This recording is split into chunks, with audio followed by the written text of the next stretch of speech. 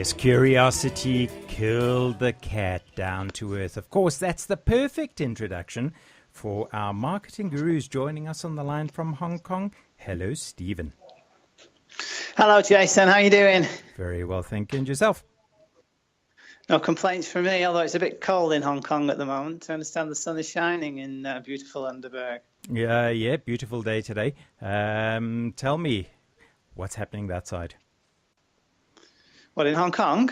Yeah. Same old, right? Yep. Yeah, we just picked up a head of steam after the Christmas and New Year holiday sort of came out of the way, but because Chinese New Year is coming early this year, 16th, 17th, 18th of February, it's starting to wind down already. So I don't think we're going to see a lot of action until really the 1st of March, I would say. Yeah, now businesses traditionally in Hong Kong close, as do those in mainland China. It's an exciting but also very boring time. It is indeed. It is indeed. Man, I've been here a long time. I've seen a lot of exciting times too. Sure. Having had an association with Hong Kong since 1984, I've been through it all, right, from the Sino-British Joint Declaration right through to our most recent shenanigans, which was Occupy Central. Yes, I was reading the news yesterday. I saw old Joshua Wong, my hero actually, for what he managed to pull off, sentenced again. Yeah, well, I think you and I have different opinions on those matters, but we agree not to respectfully fight about that. so. Yes, and that's what good friends do. Indeed, They can have different opinions. So, right, Intellectual Heroes, the second in the great tale of Stephen Barnes. Okay. Well, I've got 4 primary intellectual heroes, and I've got, if I may be so disrespectful to the said venerable gentleman, Mr. Clay Christensen, I've got a fifth one who doesn't fall into the bracket of intellectual hero, although he certainly is an intellectual hero. That's Clay Christensen. So today we're going to talk about Kevin Kelly. Yes. Who had a profound impact on my thinking when I was doing the research, looking for a way to figure out how the internet really works. So Kevin Kelly was a founding editor of Wired magazine, and he's a profound writer and a profound thinker. He's a very sort of, quiet public intellect, and he doesn't put himself out there that much, but his thinking has been absolutely pivotal for me. And it kind of all started when I came across a book that was prompted actually through some of my readings with Seth Godin to read a book called New Rules for a New Economy. And he wrote that book in 1999, I believe it was. And I read that book about 2012, I guess it was, when I first was able to access it. And basically, the thing about this book was he laid out in sort of 12 parts, really, so I beg your pardon, 10 parts about, what this new economy, this new connection economy thing was going to sort of really be all about. And this was, going back to 1999, before the modern internet had really sort of materialized and manifested itself for the way that it has. Now was he? And the upshot. Sorry, was he looking at it from a technological point of view as opposed to Godin's from a marketing point of view? Well, no, he wasn't looking at it from a technological point of view. He was looking about the impact on society and how the availability of ubiquitous connections, what that would mean for the way that society is ordered. And so what was so compelling about the reading for me of this book was that essentially what he did was he projected forward essentially about 50 years from 1999, saying that you can expect all of these things to sort of happen. And when I was reading it somewhat 11, 12 years after he'd written it, and I was able to sort of look at that decade or so to see what had happened in the intervening period, 1999 to then when I was doing the reading, everything that he said we'd expect to happen was starting to happen. So you didn't have to be Einstein to then think, well, okay, so if he's projecting forward another 40 years from this, well, what does the next 10 or 20 years look like, right? So he basically gave me a roadmap to understand how the digital economy was going to turn into the animal that it is today, and has proven really completely fully the test of time. Yeah, now I saw another snippet in the news yesterday, Amazon looking for their second global headquarters. The figures that they bring to a city are astronomical. It's Well, this is. mind-blowing. Mhm. Well, this is right, and this is part of Kevin Kelly's sort of ideas. He's saying things like, the moment that you put yourself into a place where you are engendering connections, the fact of having had a Maida One connection means automatically the networks of that connection that you've got. That you have, that extended network becomes available to you, and so on ad infinitum, which was completely unique because prior to that in the industrial economy it was all about one-to-one transactions, and you had very limited opportunities to sort of leverage the relationships that you were creating on an ongoing basis, just because there wasn't the technological or the sociological means for those to propagate.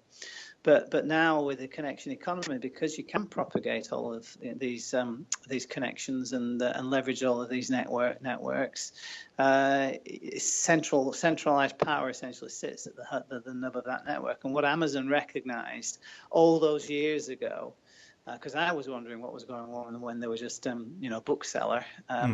So what they recognized all those years ago, and I suspect what they learned all of those years ago when they started off with books, is that there is a sort of a sociological and an economic and a logic and a technological undercurrent to the way that society is organized, such that network effects are going to creep in, and it's all going to ultimately consolidate into sort of monopoly type situations. And in a very small way, the decisions that I've been making with the Hong Kong Visa Centre and Intelligent Content Marketing, that business that we're building at this point in time, the decisions that I've been making are leading to the consolidation of these networks and eventually sort of monopoly over time. It's just the natural trend if you understand how these things work. And Kevin Kelly set that all out for me in 1999 with his book New Rules for a New Economy, which, Jason, by the way, is available for free download on the web. And it's for free. PDF. So, yeah, I know you like your power of free. Power of free, baby. Yep. Power of free. I wonder if you went back to 2000, if somebody said an online retailer is going to make the richest man in the world, old Jeff Bezos. No, I don't think anybody would have predicted that. I mean, they completely disrupted buying around the world. Bricks and mortar, bye-bye. That's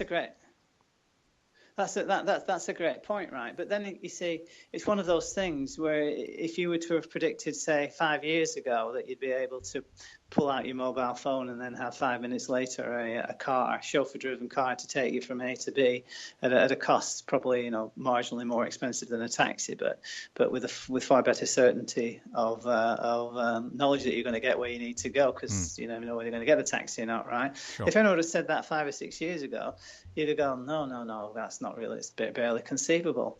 But as these things materialize after the fact, you look back and you can point your finger at them and say, well, that was so obvious, really, wasn't it? And that's the connection economy game, right? Is to sort of be able to create a proposition in whatever you're doing, and then 5 or 6 years later, after you've manifested that proposition, have your tribe that have emerged at that point, or anyone that's interested to know what you're doing and how you've done it, have them sort of point to it and go, yeah, that makes all perfect sense. Why didn't I think of that? Well, I think all of these businesses that have come along, and I know you're talking about Uber and many of the apps that are quite similar, as well as Amazon, and all of them are all reliant on technology and the internet by and large. I mean, you wouldn't have been able to do it without a smartphone. Your Uber would have been your left hand or your right hand flagging down a car company. And these are just the more sophisticated sort of manifestations of how the connection economy has been harnessed. But I have a bigger question for you today, just touching on the point that you've made, is that can you describe to me any kind of business that you might wish to open today or would be open today that doesn't in any way, shape or form touch the internet? I only really know food and beverage from a business owner and a business management kind of way, and ultimately the business of F&B is about delivering memorable experiences and consistent experiences. Obviously, the marketing aspect of that is reliant on social media, on the internet, on the website for location. But I've always viewed a website as something that people go to once. They find out where you are, they find out what you serve, and then that relationship is developed over time by building confidence with people who come in and sit and eat with you. And the most powerful form of advertising for F&B is still word of mouth. Of course, there are online review platforms, and we can debate whether they're positive or negative. And you know as well as I do that everybody's a publisher, so it's given everybody voice. But I don't know if that's been positive as much as it's been negative. Well, that's true. But to take your point there about F&B being about delivering experiences, with outreach today via social media, the ability to basically pop yourself in front of anybody's news stream or into their inbox or sort of anywhere where you'd expect to command their attention, you've got you've got an amazing opportunity to develop an experience for your client before they even walk through the door to have the food served to them, right? Sure. And then after they've had the experience that you've delivered to them, you've still got the ability to communicate with them after the fact and then continue to deliver an experience. So you've got both an F&B sort of in-house experience, and then you've got your virtual experience before and after the the F&B in-house visit. So it just seems to me that, some creative thinking in any old stoic business line, the internet, the connection economy gives you massive new opportunities to do something new, interesting and remarkable. Sure. I think there are some businesses that are limited by it, in that food is probably one of them. Hotels, I think, are another, although the likes of TripAdvisor and similar platforms have done wonders for hotels, because they position hotels in ways that travel agents never had the opportunity to do. I think it's one of those things that it's an experiential thing. It's not like going online and saying, I'd like that book. Instead of me having to go to XYZ retailer, I push a button, they've got my details, and in 2 to 3 days, it's mine. It's made us a little lazier in that respect, but it's also given us what we want much, much quicker. And I don't think the same applies to F&B in that way, because it's an experiential thing, and you've actually got to get in your car and go somewhere. But of course, you wouldn't know about it unless you lived locally. And that is one thing that the internet's done. It's exposed businesses basically worldwide if people have an interest to look. Well, Seth Godin, just to carry that thought a little bit further forward, Seth Godin cites in one of his videos an example of a chef, for want of a better description, who had a very, very special. Well, because I'm not sure that he would describe it in that way, but for want of a better description, I'm going to call him a chef. But what his capability, what his product was to produce smoked meat of a particular type. And the industrial economy way to produce smoked meat is to get yourself some premises, hang a shingle outside, get all the kit inside that you need to get inside to produce the smoking effect, and then expect that people are going to walk past your front door, like what the shingle has to say, enjoy the smell. Wafting out through the front door, and we'll come and buy from you. But what he did was, instead of running the risks of all that ahead of sort of project investment, he basically cooked the stuff at home and then used the power of the web to develop a tribe, and then sell enough to the point where he could, after he'd canvassed the tribe, understand that he could make a success of establishing a retail operation, and was able to crowdsource the location of the operation based on the demographic reach that he'd attained through his social media endeavors, and distance to his home, and traffic, and all the rest of the stuff you'd expect to get. Anyway, so the upshot was that he in a sense, he put the cart before the horse, and then ended up afterwards, getting Cinderella's golden carriage out of it. Yeah, I think technology has obviously been a bonus, especially with preservation, for packaging, and of course for transport. Big companies now ship product all over the world, and it's food based. Go back 30, 40 years and they couldn't have done that. No. So yes. back to my intellectual hero, Kevin Kelly, right? Yes. So he wrote that book in 1999, and that set me thinking, and that gave me ideas, and I was able to do what I was able to do. And then 2012, I think it was, 2000. No, what are we in now? 18. Gosh, time's flown on. 2 or 3 years afterwards, I forget when he published it. He wrote another book called What Technology Wants. Yeah, you gave me that. It was 2010. Right, there you go. So it's proven to be the most influential reading that I've ever done on this thing called the connection economy, because it made me understand really what's going on. And in What Technology Wants, Kevin Kelly talks about the technium. It's a phrase that he's coined to describe the human condition today as a result of millennia of technological developments in our hands. Starting off with, say, the first technology that humans evolved was, one might argue, is, say, language. Because once, the human species evolved language, we could now communicate. And when we could communicate, we could stop being intellectual silos and we could exchange ideas. So in a sense, the very early network effects were coming into play at this point. So if you think about sort of, the evolution of the human species, language starting first and then moving through, all the other key milestones of the human technological condition. Fire, obviously, more recently, let's say, writing, and then after writing there was printing, and then there was mainframe computers, and then mini computers, and then standalone PCs, and then local area networked computers, and then we ended up with all these computers talking to each other, and then you had smartphones, and then the Internet of Things. And so throughout all of this, what's gone on essentially is that the human condition has been augmented by this huge machine called the Internet. That the humanity is plugged into the Internet through all the nodes, via our smartphones or points of access to the Internet. And that machine is the summation of all human knowledge and endeavor.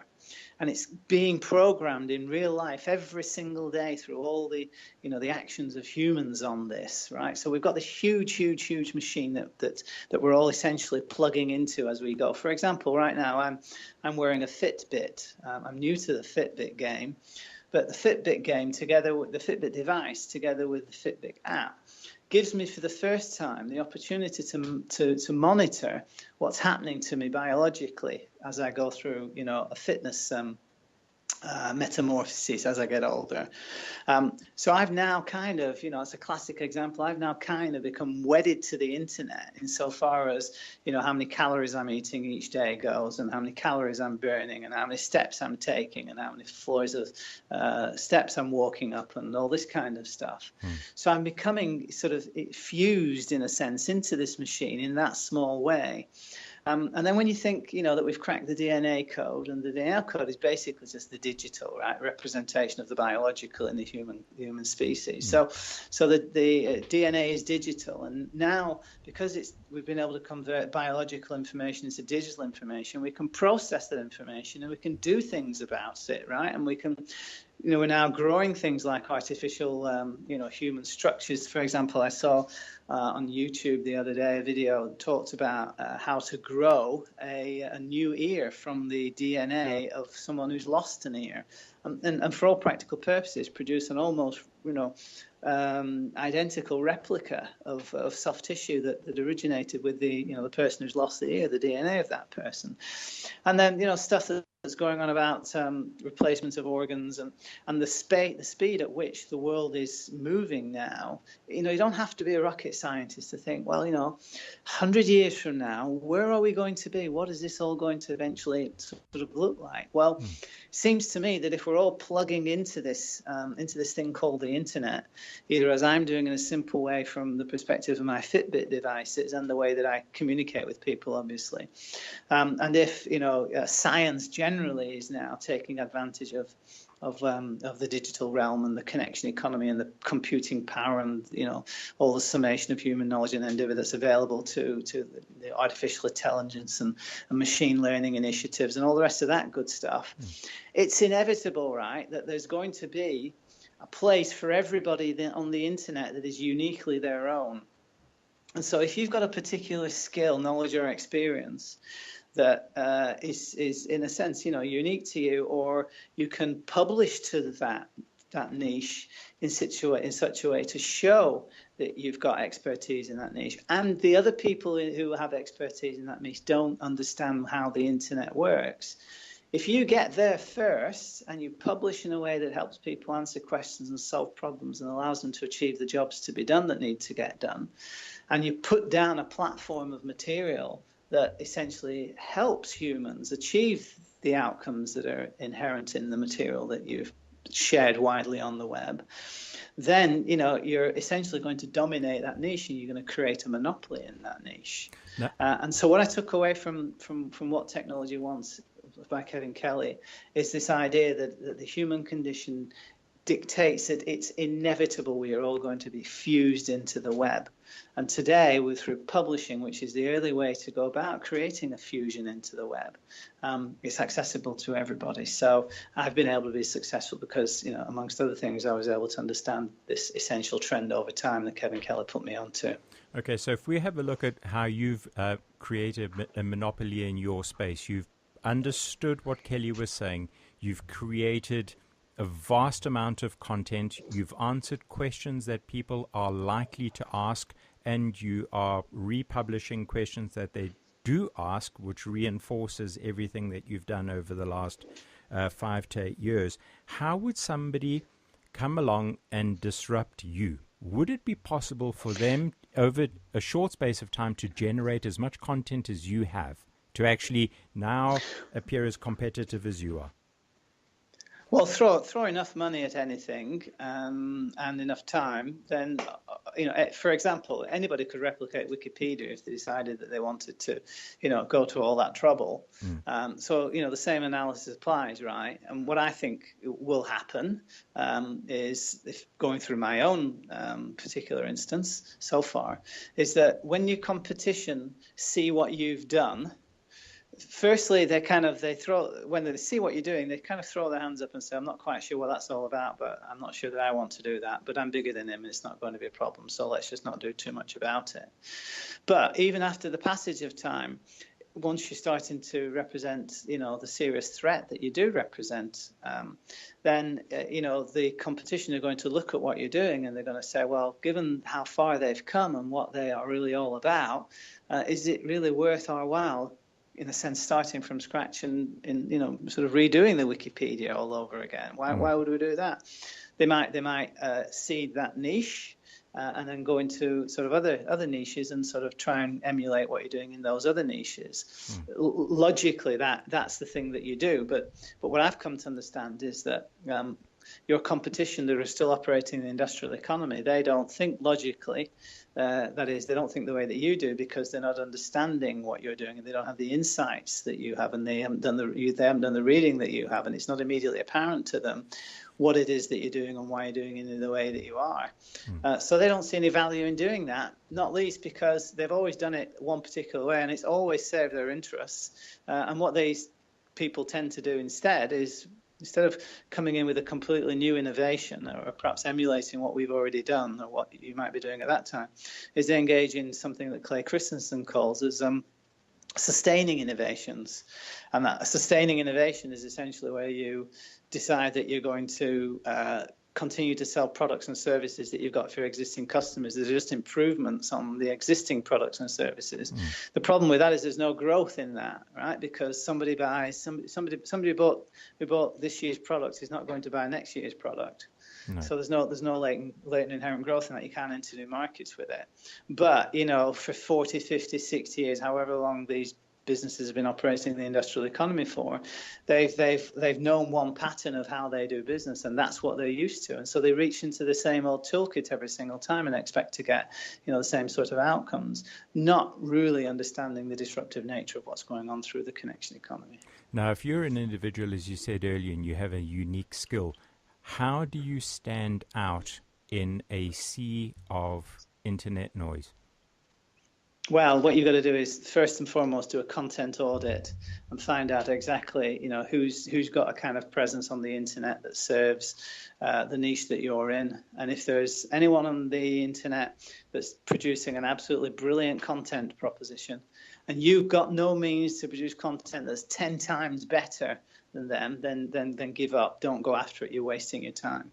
What you have to do at that point is to identify a niche or another niche or a sub niche, and then produce a content proposition that's 10 times better than that's being presently parlayed via the web or via the closest competitor who would otherwise be doing that stuff, and then keep publishing to it. And that's how you go about that, because there are a gazillion and one niches in the world, and it's just a question of you choosing the niche that you want to go into and understanding the size of that marketplace and how big that tribe's going to be, and what the value exchange is going to be as a result of you parlaying what you know to help them answer their questions and solve their problems and achieve their objectives and get the jobs to be done. Now, if Kelly was prescient, what has he predicted for the next 10, 15 years that you've taken into account, and how will you apply that to your business? Well, it's not so much that he's predicted, like what Uber version number 2 is going to look like. It's essentially all the kind of stuff that we're seeing emerge now, like Airbnb and Uber. All of those things are natural results of individual entrepreneurs looking at sort of new and more efficient ways of doing things that have always been done, and using the power and understanding of the connection economy to bring about those outcomes. So Kevin Kelly gives you a kind of a toolkit of ideas, both in what technology wants and in new rules for a new economy, that you can sort of chew down on and think about, both in terms of what you understand about the world today and how it works, and also what you know better than everybody else, and then make some decisions about how your future looks, predicated on your insights by knowing the market that you're in as well as you do. Because remember, everybody who doesn't have the insights into the marketplace that you have, they can't compete against you. So your actual realm of competition is actually quite small when you get right down to it. And then if you think about the makeup of those competitors and how well entrenched they are in the industrial economy and how up to their necks in the industrial economy modality they operate in, very, very difficult for them to engage in disruptive innovation and cannibalize their own revenues and reinvent the way that they've always seen the world. So your competitive pool doesn't have to be that great, but what it ultimately boils down to is understanding your niche and understanding the good stuff that Kevin Kelly and all my other intellectual heroes have to say, and leveraging and getting on with it. Now, if somebody wanted to go back and read Kelly's works, where would you point them? Just Google, easy, straightforward. Kevin Kelly, New Rules. Kevin Kelly, Technium. Most of this stuff has been covered on the YouTube videos as well. So go watch him. He's a great speaker, and gets my utmost respect, obviously. Excellent. Now, who are we chatting about next week? Okay, next week, why don't we talk about the venerable Charlie Munger, Warren Buffett's business partner? Yes, you've always mentioned his takeaway and his one principle in business that I've always thought was a great one. The golden rule? Yes, that one. Yeah. Good. Yeah, exactly. Yeah. All right, well then let's catch up same time, same place next week. I look forward to that one, actually, because you've always spoken very highly of him. You actually did a talk about him not so long ago. I did indeed, yeah. Excellent. Indeed. Good.